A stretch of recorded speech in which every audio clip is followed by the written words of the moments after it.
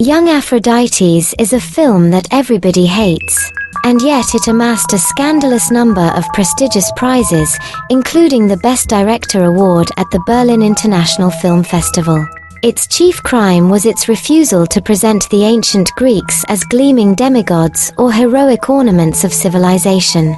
Instead, the film concerns itself with shepherds and peasants in rags, roaming an austere, sun-scorched landscape of profound discomfort.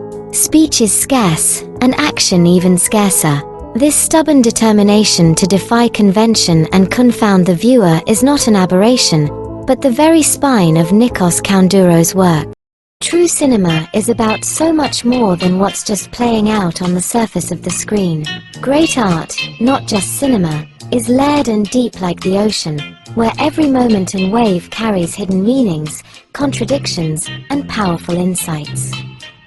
It's exhilarating to think back breathlessly to Chekhov's underwater currents in literature or Hopper's masterpiece Midnight in painting, the pinnacle of book delicacy and feminine grace. However, can be found in the 1963 film Young Aphrodites, a creation of the Greek director, Nikos Koundouros, whose name is revered in the world of art. This film, a spellbinding adaptation of the ancient novel Daphnis and Chloe by Longus, is so old that, according to legend, centaurs still roamed the earth and the first words of the story were carved into the thigh of Athena herself. Allow me to remind you of the plot of Longus' novel. On the island of Lesbos, a shepherd discovers a baby being nursed by a goat. 2 years later, by the laws of ancient custom, another shepherd finds a similar gift of fate, this time, a girl. This, presumably, was an ancient form of adoption. In the film, the boy is named Skynos, as if he were born from Homer's metaphorical bow, embodying the timeless myth. The movie unfolds against the backdrop of ancient Hellas. From the dark, unknown innards of northern Macedonia, a tribe of shepherds, exhausted and ratty, approaches the sea. It seems as though Dionysus himself has drained all the waters from the Balkan Peninsula, leaving only a single well, perched at the very edge of the Mediterranean. But in this arid, yet tantalizing corner, they encounter a tribe of delicate young fisherwomen, endlessly waiting for their elusive husbands to return from the sea. Here begins the most enchanting of games. For in one tribe, the men are at sea, and in the other, the women dwell in the mountains. And all of this is just as in the finest traditions of Greek tragedy. If I may be so bold, I would say a seductive chess game unfolds here, but none of the players dares to make the first move. And so, in this exquisite and tender anticipation, four anomalies appear on the screen. 1. The devoted wife Arta, her eyes dripping with silent prayer. She is not just a woman. She is the silence itself that should have been spoken to. 2. The seasoned shepherd, Sikalos, his body full of tragic meat. His will in jackets symbolizes the very weight of antiquity. 3.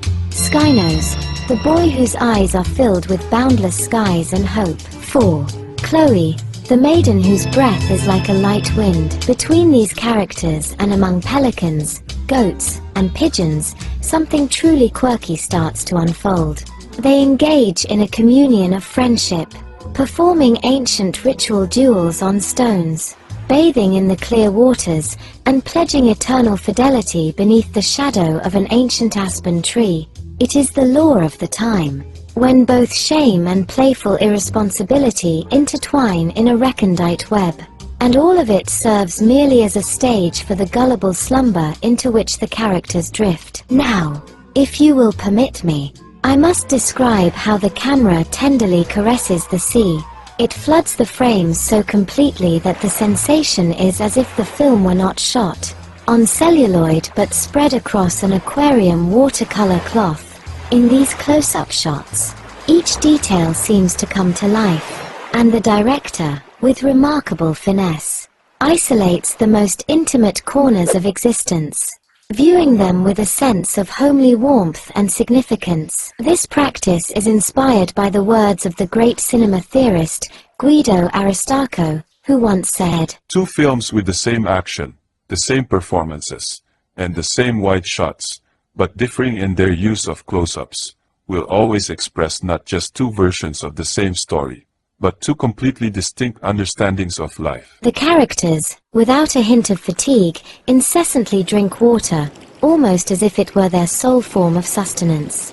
They drink it, they splash it, and their bodies vibrate like half-damped seagulls in the rain. The film's costume designer was none other than the director's mother, and the lack of elaborate costumes was in no way a limitation, for there were as many garments as there were inches in the ancient moral fabric of the time. The film is shot in black and white, but the effect is that of a burst of colorful poetry. The dreamlike quality, of course, manifests in every detail: cheeks tinted with the color of raspberries, shoulders in the shade of cocoa, eyes like candlelight, brimming with shine and confusion. But alas, who could shadow this fragile world? Ah, here he comes. The boy, dark and foreboding, named Samayaza. His name rings with the resonance of an apocryphal shadow, as if it were woven into the darkest lines of a lost manuscript. He is the embodiment of the anxieties and tremors of the future. How else could his presence in this world, where even the pastoral winds breathe with such flightiness, be explained?